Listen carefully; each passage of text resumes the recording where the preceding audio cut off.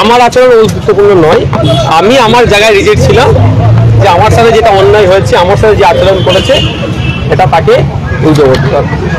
আমি একজন আইনসভার সদস্য, আমি এখানে ডিউটিরত একজন ইন্সপেক্টর ছিলেন, তাকে জিজ্ঞাসা করলাম সিএমএম আছেন?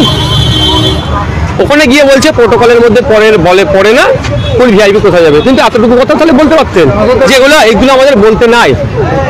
তার পরিপ্রেক্ষিতে ওনার আচরণও এরকম করে উঠলেন। আমি বলছি তো ওনার কাছে ক্যামেরা আছে, সেটা খুলে নিক, দেখে নিক, দুধকে দুধ পানিকে পানি হয়ে যাবে। শেষমেশ কি হলো আমি বলছি। তারপর আমি ওনাকে বললাম আপনি আমার সাথে আচরণ করছেন কেন? হাসি মুখে বললাম যে আচরণ, আমার কাছে অবাক আচরণ লাগলো এটা। তো কয়েকটা কথা হলো, আমি বললাম আপনি এরকম আচরণ করতে পারেন না আমার সাথে। উনি তখন বলছেন যান।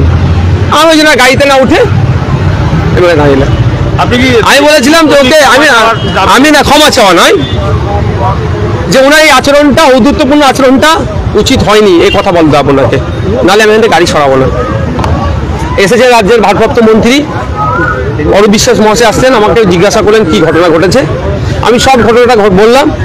পুলিশ অফিসারটাকে ডেকে পাঠিয়েছিলেন, কিন্তু পুলিশ অফিসার গিয়ে ওখানে অসত্য কথা বলেছেন। কি বলেছেন?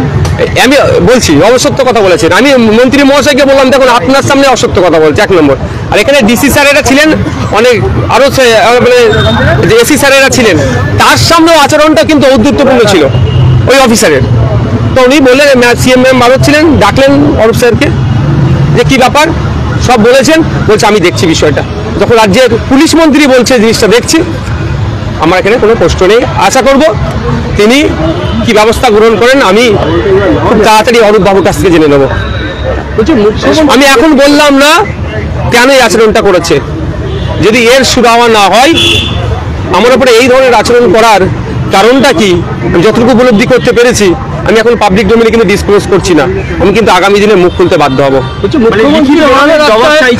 না লিখিতভাবে নয়, আমি জাস্ট লিখিতভাবে নয়।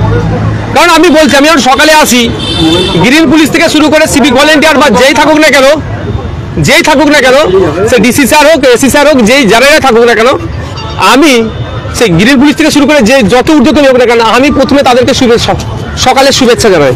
জিজ্ঞাসা করবেন তাদেরকে আমি সকালের শুভেচ্ছা আমি প্রথমে গিয়ে এসে জানাই। কারণ আমার মধ্যে সে ঔদ্ধত্যতা নাই, সে অহংকার নয়।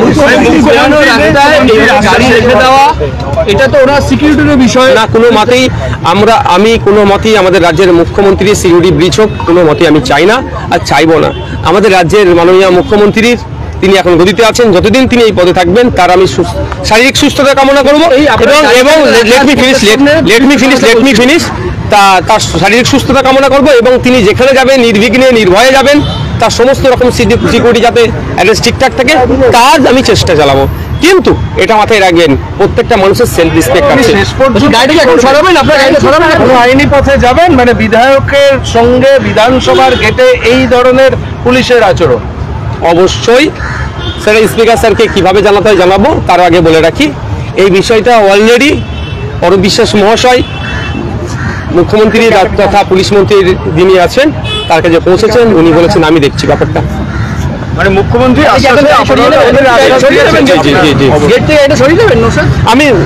আমাকে অরূপ বিশ্বাস স্যার এসে বলেছেন, আমি মুখ্যমন্ত্রীর কাছে যাইনি।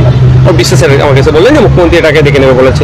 যখন মুখ্যমন্ত্রী দেখে নেবে বলেছেন, সেখানে আমার যদি আমি তাহলে কিছু করি তাহলে আমার সিন ক্রিয়েট হবে, আমি ওটা করবো না।